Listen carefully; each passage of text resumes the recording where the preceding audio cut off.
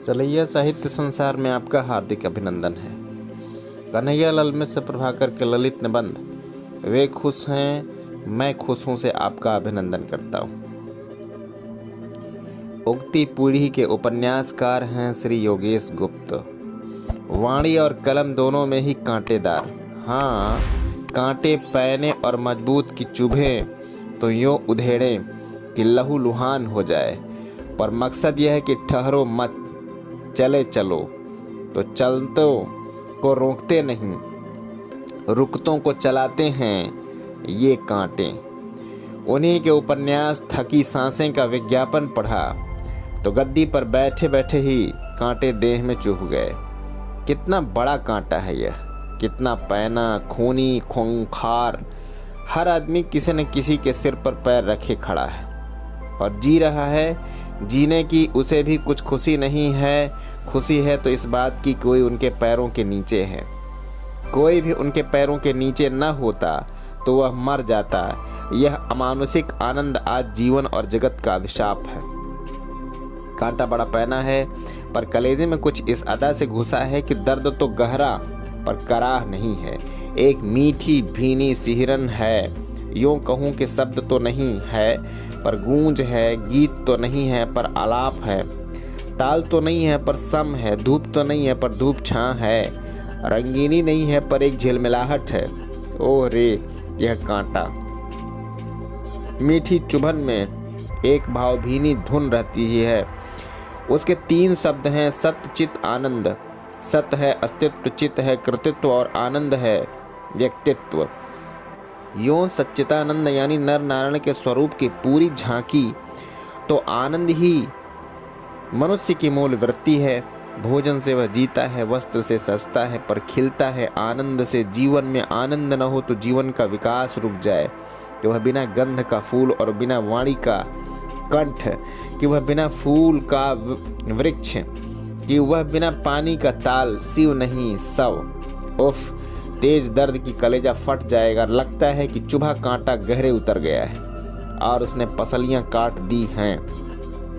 कोई भी उसके पैरों के नीचे न होता तो वह मर जाता। यही अमानुषिक आनंद आज जीवन और जगत का अभिशाप है। अमानुषिक आनंद, आनंद और अमानुषिक आनंद क्या जो मानसिक न हो, जो मानसिक नहीं वह आसुरी पाश्विक। तो हम जी रहे हैं एक पाश्विक आनंद के माया चक्र में। पाश्विक आनंद तो पाश्विक व्यक्तित्व कि हम नर से नारायण बनते बनते पशु हो गए। कितनी भयानक स्वीकृति चाहता है मुझसे यह प्रश्न।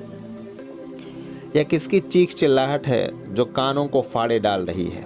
यह है मेरे बचपन की पड़ोसन मंगला चाची। गुस्सा तो सभी से होता है और सभी में होता है, पर चाची का गुस्सा तो ज्वालामुखी। उसका छोटा बेटा नंदू 5 वर्ष का सुकुमार सलोना होनहार। एक दिन चाची ने कुछ कहा तो नंदू ना माना।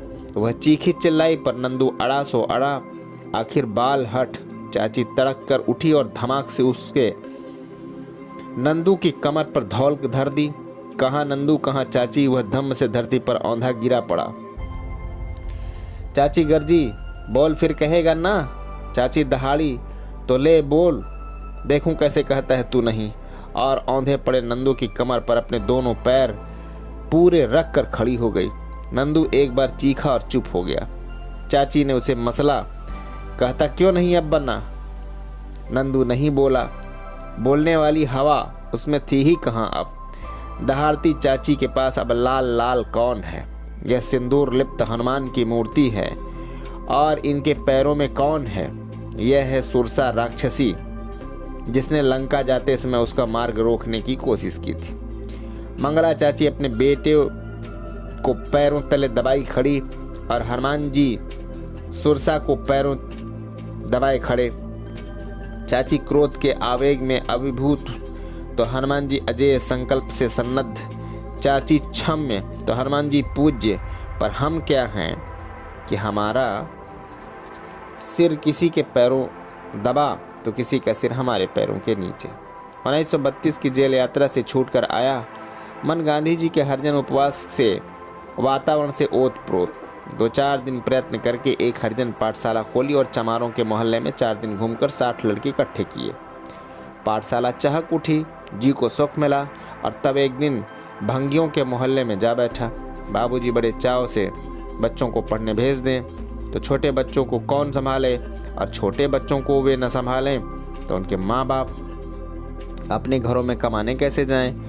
चौधरी घसीटा की यह बात सुनी तो उस दिन पहली बार जाना कि समाज में वे भी हैं जिनके लिए पढ़ना लाभदायक है, पर वे भी हैं जिनके लिए न पढ़ना ही लाभदायक है।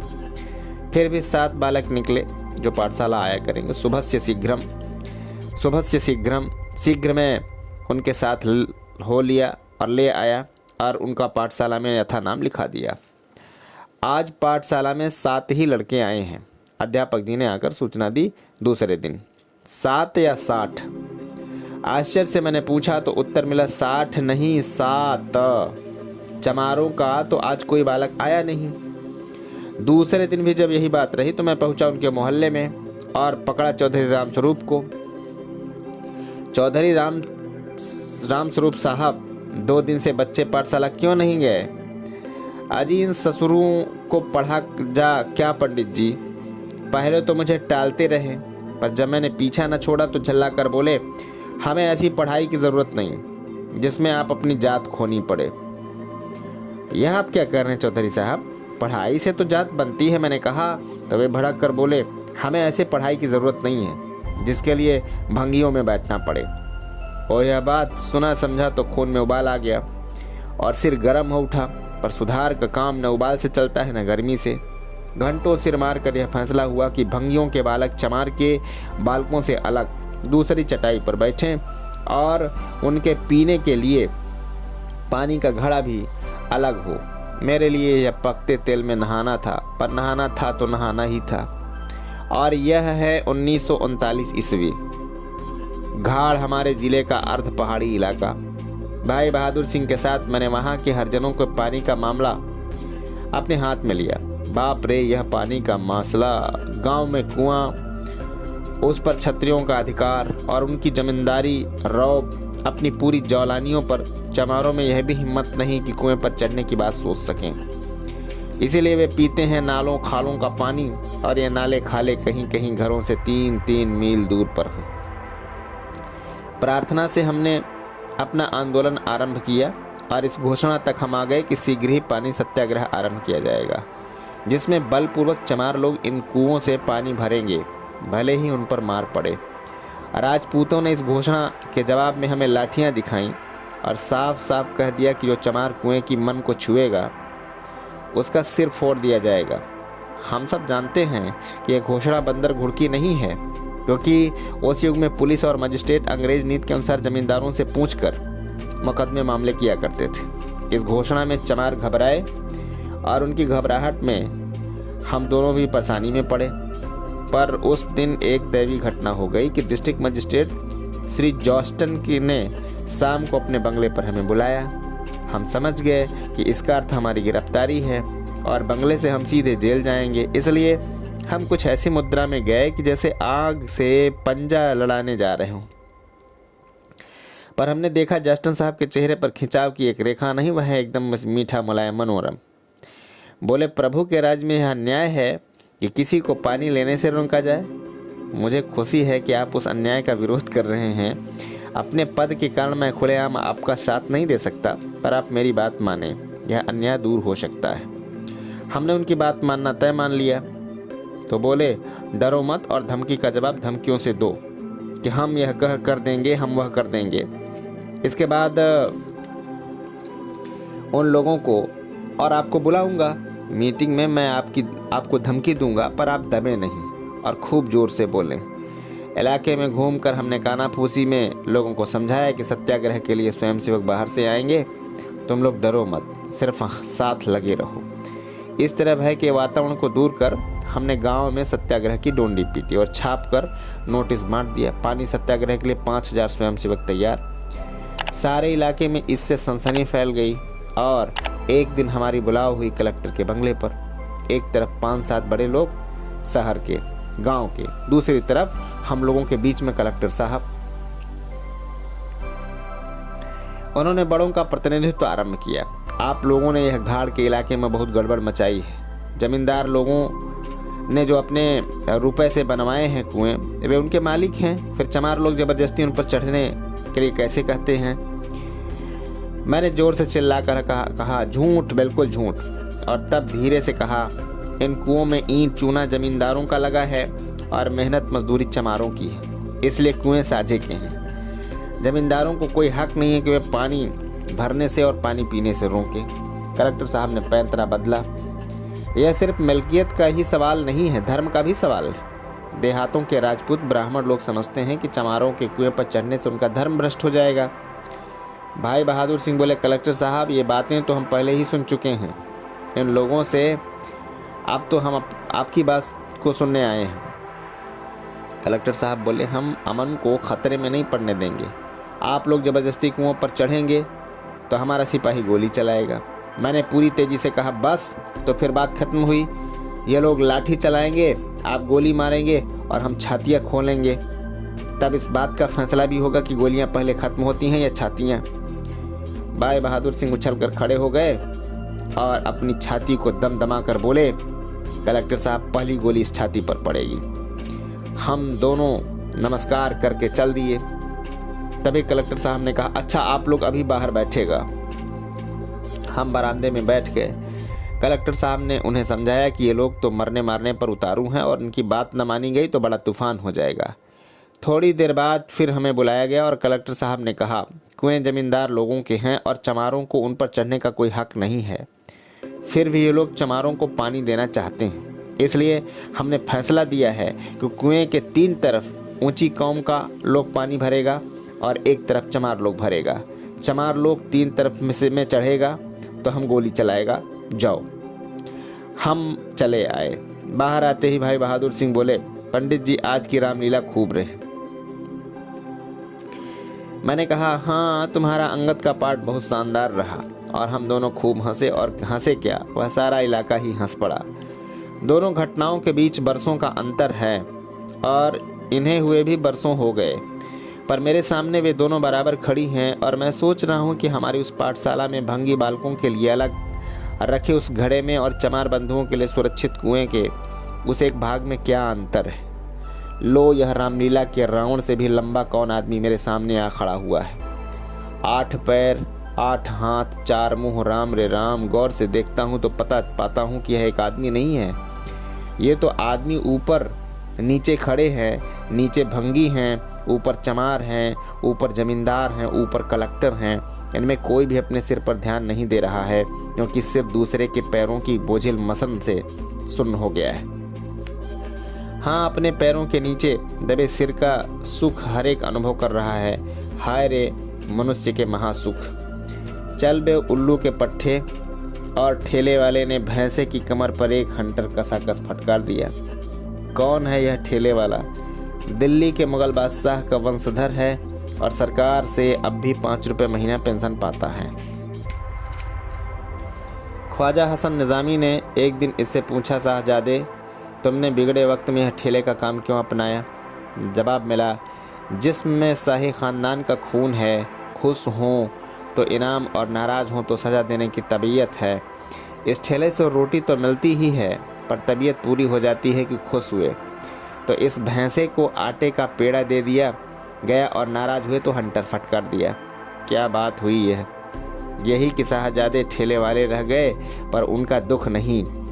नतीजा यह कि कोई प्रतिष्ठा पाने का उद्योग भी नहीं है, क्योंकि साहबजादे साहब के सिर पर जो कीलदार बूट ठुके हुए हैं वे उधर नहीं देखते। उनकी नज़र है अपने पैरों पर जिनके नीचे भैंसे का सिर है। मनुष्य का वास्तविक सुख क्या है?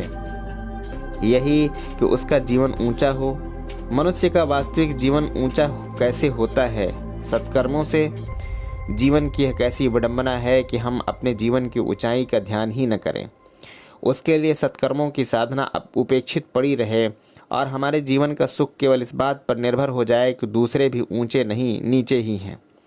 दूसरे शब्दों में अपनी उच्चता पर गर्व नहीं, दूसरे की नीचता पर संतोष हो। पिता ने एक बार कहा था, बेटा लौकिक संपत्ति में हमेशा अपने से नीचा देखना चाहिए और पारलौकिक संपत्ति में अपने से ऊपर। जब मैंने इस सूत्र की व्याख्या पूछी तो बोले, यदि हमारे पास 100 रुपये हैं और हमें देखें उस पुरुष की तरफ जिसके पास 200 रुपये हैं, तो हम एक और उस स्थिति से ईर्ष्या करेंगे और दूसरी ओर अपनी स्थिति पर दुखी होंगे। उसके विरुद्ध यदि हम उस 200 रुपये वाले की तरफ न देकर उसकी तरफ देखें जिसके पास 50 रुपये ही हैं, तो हम एक और तो अपनी स्थिति पर संतोष करेंगे। दूसरी तरफ उस 50 वाले पड़ोसी को समय पर सहायता देने के लिए सद्भावना हमारे मन में उपजेगी। यह है लौकिक संपत्ति की बात। पर पारलौकिक संपदा में दूसरी दृष्टि की आवश्यकता है। हम यदि ईमानदारी का जीवन व्यतीत करते हैं तो अपने से नीचे उस आदमी की तरफ न देखें जो बेईमानी का जीवन व्यतीत करता है, पर उस आदमी से ऊंचे उस आदमी की तरफ देखें जो ईमानदारी का जीवन तो व्यतीत करता ही है पर दानी भी है। इसका फल यह होगा कि हम अपनी उच्चता पर गर्व करने के अभिशाप से बच जाएंगे। पिताजी के इस सूत्र और उसकी व्याख्या में देखने की कला का पूरा व्याकरण समाया हुआ है। व्याकरण को भूलने से भाषा अशुद्ध हो जाती है। इस व्याकरण को भूलने से देखने की कला अशुद्ध हो गई है।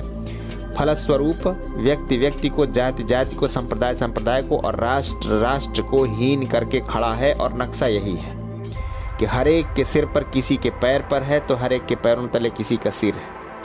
यह माया चक्र कैसे खंडित हो, यह अस्वाभाविक स्थिति कैसे बदले, उसके 2 उपाय हैं, उतरें या गिरा दिए जाएं। जो सबसे ऊपर है वह स्वेच्छा से अपने कर्म को अनुचित समझ स्वयं नीच उतर आए और दूसरे को भी वैसा करने के लिए सहयोग में प्रेरणा दे। ऐसा ना हो तो फिर सबसे नीचे वाला एक बार हिम्मत बांधकर अपना सिर इतने जोर से हिलाए कि सब ऊपर वाले आंधी के आम से धड़ाम से टपक पड़े। जिसके जीवन का सबसे महत्वपूर्ण युग प्रश्न ही यह है कि ऊपर वाले स्वेच्छा से नीचे उतर समता से सृष्टा बनने का सुयश लेंगे या अपनी ही रची विषमता का शिकार हो धड़ाम धड़ाका देखेंगे। जय हिंद, वंदे मातरम।